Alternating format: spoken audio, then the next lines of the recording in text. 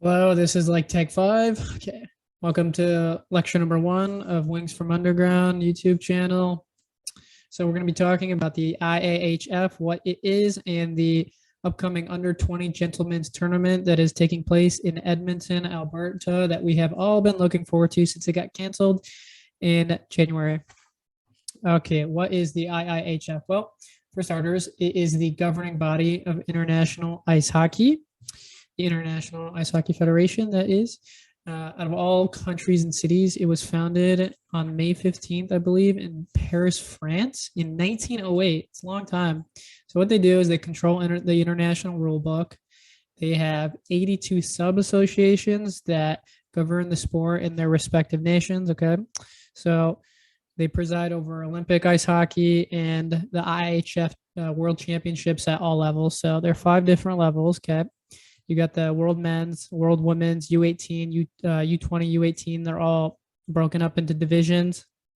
There are over 25 tournaments held annually in all the categories. Okay. Let's get to those 5 categories, and we're going to start in reverse order in terms of skill. So there are 4 divisions, and there's one power group that contains all the best teams that we're familiar with. So the quote unquote least skilled division for the men's this past year, the tournament rankings, the tournament's over. I think it happened in April, and the rankings went as follows: Kyrgyzstan, Iran, Singapore, Malaysia, and Kuwait. I didn't know these countries had teams. Pretty cool. Okay, World Men Division 3. Now we have 2 groups, and there are separate tournaments, I believe. You got the Emirates, I think it's United Arab Emirates, Turkey, Turkmenistan, Chinese Taipei, and Luxembourg. And for the group 3, group B, South Africa, Thailand, Bosnia, and Herzegovina. I really want to watch those games. I don't know the skill level. I don't even know if they can fill up a 20-man roster. Be interesting to see what happens there. Moving up another division, Division 2, Group A and B. Group A, China, Netherlands, Croatia, Spain, Israel. Group B, Iceland, Georgia, Belgium, Bulgaria, Mexico. And then the last group before we get to the Power 16, as I will call them for this video, Group A of Division 1, Poland, Japan. Wow, Japan finished the 2nd ranking in that group. Jeez Louise. Ukraine's next to Russia. How did they not have hockey players? Estonia and Serbia. And then I want to say that is Slovenia, Hungary, Lithuania, Korea, and Romania from Group B. Getting to the Power 16, these are the best teams in the world, and there's just one tournament held for all of them. As we know, Moritz Seider played in the one at the end of the season. So the Group A had the best teams: Canada, Germany, Slovakia, George Slabkovsky. That really helped him get the first overall pick. Denmark, Kazakhstan, Italia, my homeland, and Switzerland, where Kevin Fiala is from. Group B, also sick group: Finland, US, Czechia, Sweden, Latvia, Norway, Great Britain, and Austria. You might have noticed that Russia is not on this list, and that is because of the war in Ukraine. They were disallowed from participating in any IIHF tournament at any level, which includes the 2023 World Junior Championship. It really sucks for those kids that war has to be happening. So I can imagine this is an indefinite suspension. Who knows what's going to happen? I mean, players are already having troubles leaving the country. So the tournament, let's get to it, is going to be happening on August 9th through August 20th in Edmonton, Alberta. That is the 2020 U20 tournament that got canceled and now is rescheduled. It's going to be dope. Okay, let's look at the first group. Talk about the format after we get to the groups. 2 groups. Number 1, Slovakia, Canada, Finland, Czechia, Latvia. Okay, Group B, United States, Sweden, Switzerland, Germany, Austria. Let's talk about some of the notable players. Simon Edvinsson for Detroit is on Sweden. There's 2 more wings on this team, as far as I'm concerned. William Wallinder and Theodore Niederbach. William Eklund's also a sick player. He's got drafted by San Jose, 7th overall last year. And then maybe 7th, I don't know. And then Jesper Wallstedt, who's playing for Minnesota. He's in Sweden, the SHL right now. But before I move on, the rosters are not finalized. Okay, so don't kill me for this. This is my best conjecture of what I found online, and I'm honestly just kind of stealing names from the tournament that got canceled. So I don't know how accurate this is. These are just my best guesses. Team USA, Matty Beniers plays for Seattle. Logan Cooley just got drafted 3rd overall with Arizona. Carter Mazur, Detroit boy. Luke Hughes, Jake Sanderson, and Red Savage, another Detroit boy. So that's William Wallinder, Simon Edmonton, Theodore Niederbach, Red Savage, Carter Mazur so far. On to Team Canada. 5 Red Wings. Let's see if we can get any more. Sebastian Cossa, that's 6. Carson Lambos, Donovan Sabrango, that's 7. Canada's going to be sick because they got Bedard and Powers, maybe Mason McTavish, Shane Wright. They're going to be really tough to play against. Team Czechia, players that just got drafted were David Juracek, Yuri Kulich, I think got drafted in 2021 by Buffalo. And then another wing, 8, Jan Bednar is a goalie who is unsigned. Team Finland, another Red Wing, Emil Viro, that is 8. He's signed with Detroit. Brad Lambert, Joachim Kemmel just got drafted.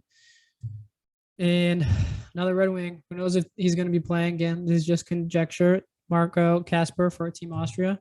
That's 10. Juraj Slavkovsky, Simon Nemec for Slovakia.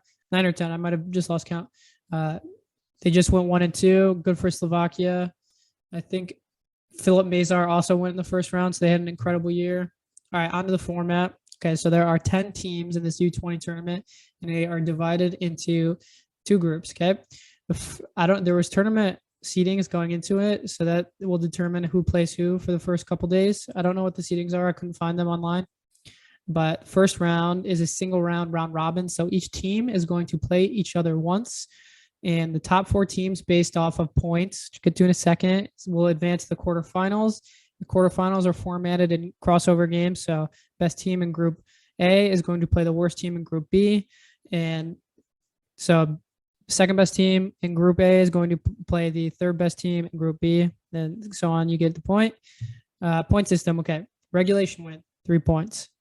If you get to overtime, you automatically get 1 point. If you successfully win in overtime or a shootout, you get additional points for 2 total.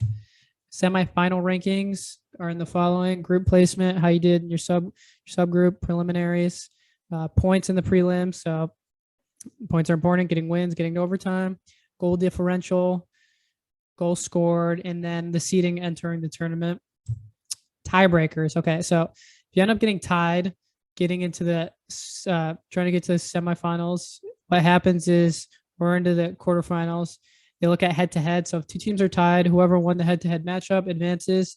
3 teams are tied. Now it gets complicated. There's a 5-step formula to figure this out. All right, let's figure out what the hell is going on here.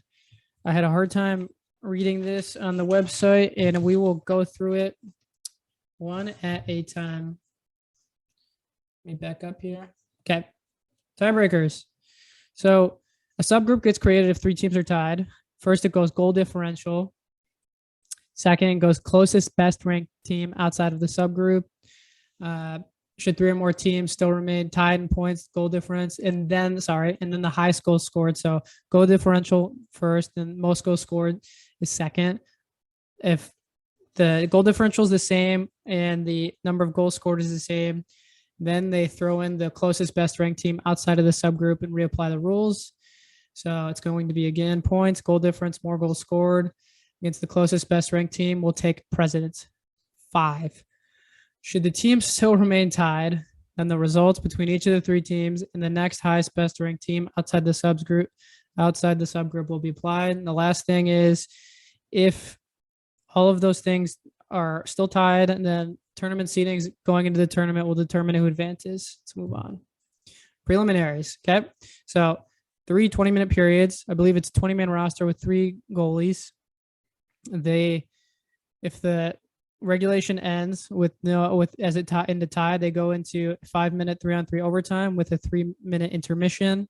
If there is no goal in overtime, it goes to a shootout. Quarterfinals, semifinals, and bronze medal game. 3-minute intermission. If there is no goal to decide regulation is undecided. A 3-minute intermission, 10-minute overtime. And if no goal, they go to a shootout. Shootout rules. Okay. Ice gets dry scraped. There is a coin flip to determine who goes first in the shootout. Best of 5. After 5 rounds, the order is reversed. So if you went first to start the shootout, you're going to go second during the 6th round. Starting at the 6th round, the same or a new player may go each round. So you might be familiar with what Troy Terry did in 2017. He scored 3 goals against Russia in the semifinal game to advance to the gold medal game, where he scored an additional goal to win it for Team USA versus Canada. This year, though, there is no shootout. Okay. If the game goes into overtime, there are going to be 20-minute periods with 15-minute intermissions until a goal is scored. So that's something new. I think here are some of the games that are going to be happening for the first 3 days. I'm really excited for this tournament. The Red Wings have about 10 players playing. So hopefully it's on the NHL Network, TSN if you're in Canada. So this is my first lecture. Hope you enjoyed it. Shout out to Jason for providing me with this microphone and the idea for this video. And shout out to my boy Christian for giving me the button down. All right, guys. Peace out and catch you later.